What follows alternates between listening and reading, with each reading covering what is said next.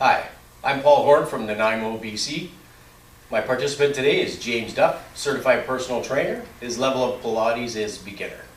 We're going to do the long stretch series today. The first one we're going to do is long stretch. So we'll get James to come on up.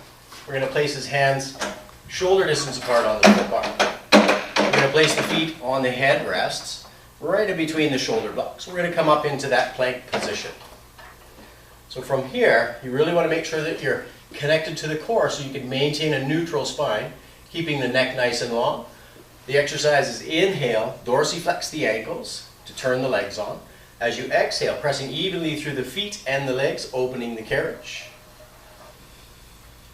Again, really engaging through that core, making sure that we support that lower back. And then bringing the shoulders back over top of that foot bar. That's that. Exhale, pressing evenly through the feet and the hands, and then closing that carriage. So watching that the head doesn't drop, we want to keep that neck in line with the rest of the spine, and then moving that carriage forward again, just over top. So really engaging through the abdominals, keeping those ankles in dorsiflexion to keep the legs turned on. And one more.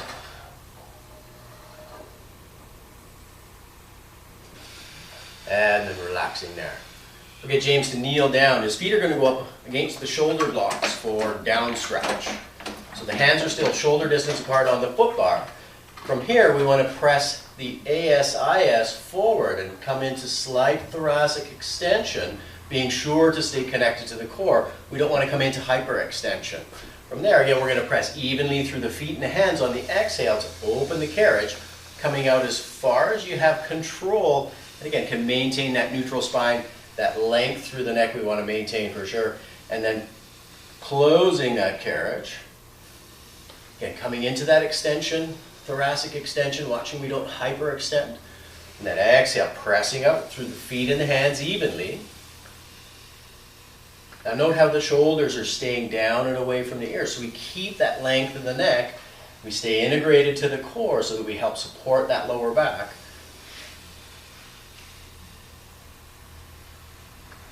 And again, closing that carriage, coming into that extension, that thoracic extension, dropping the shoulders down away from the ears, and we've got the last one.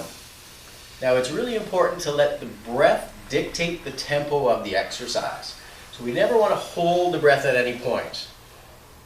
All right, so the third exercise we're going to do is up stretch.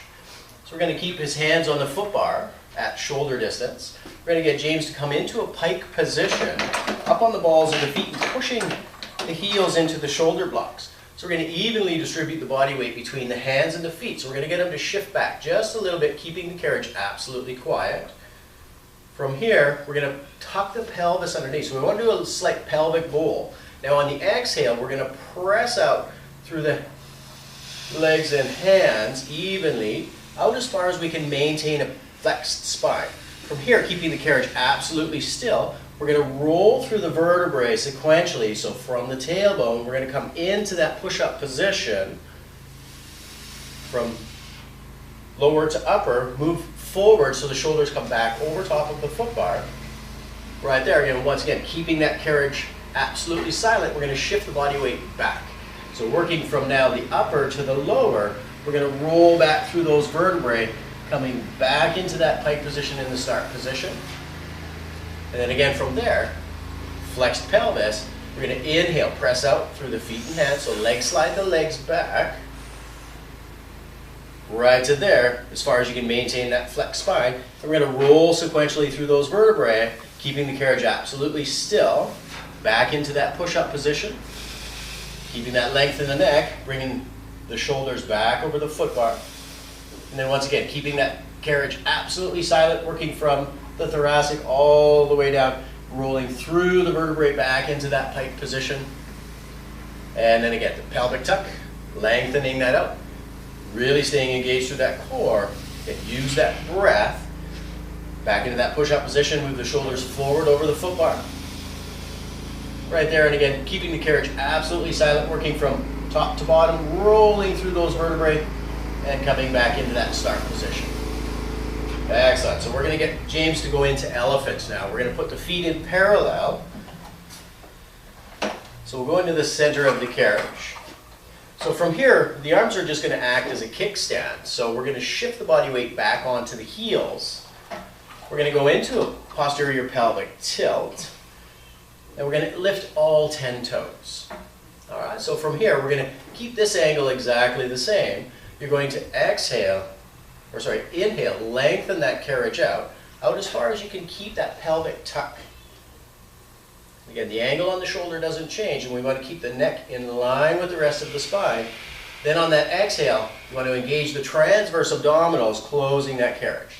So it's that inhale, slide the legs out. You're going to feel the hamstring and glute activate. Then activate those transverse abdominals, closing that carriage. And feeling that hamstring and glute fire to lengthen that leg, keeping all 10 toes lifted. So you're going to feel a good stretch of that calf and that hamstring.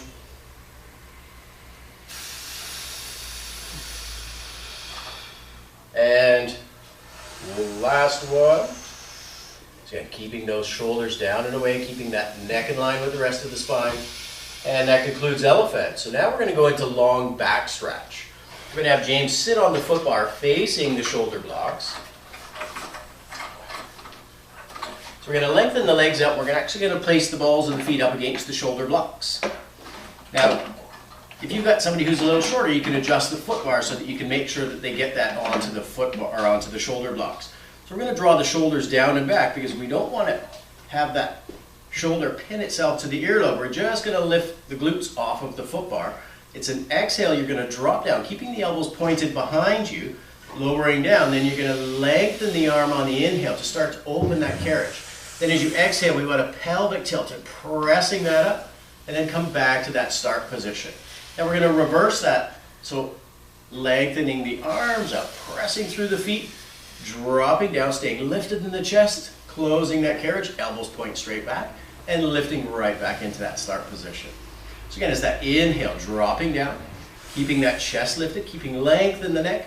Exhale, lengthen, or inhale, lengthening that arm, pressing out through the carriage. So it's that pelvic bowl coming up into that leg back or leg pull back support pose into that start position. Again, stay lifted in that chest, and we're going to go one more. So it's that dropping, lifted through the chest, lengthening through the arm, pelvic bowl, pressing that carriage out, coming back on top of that foot bar, and then reversing that one more time. So lengthening the arm, it's that pelvic bowl, dropping down, lifting the chest, lengthen through the neck, elbows point straight back, come right back up, and then rest on that foot bar. So again, my name is Paul Horne from Nanaimo, British Columbia. Thank you.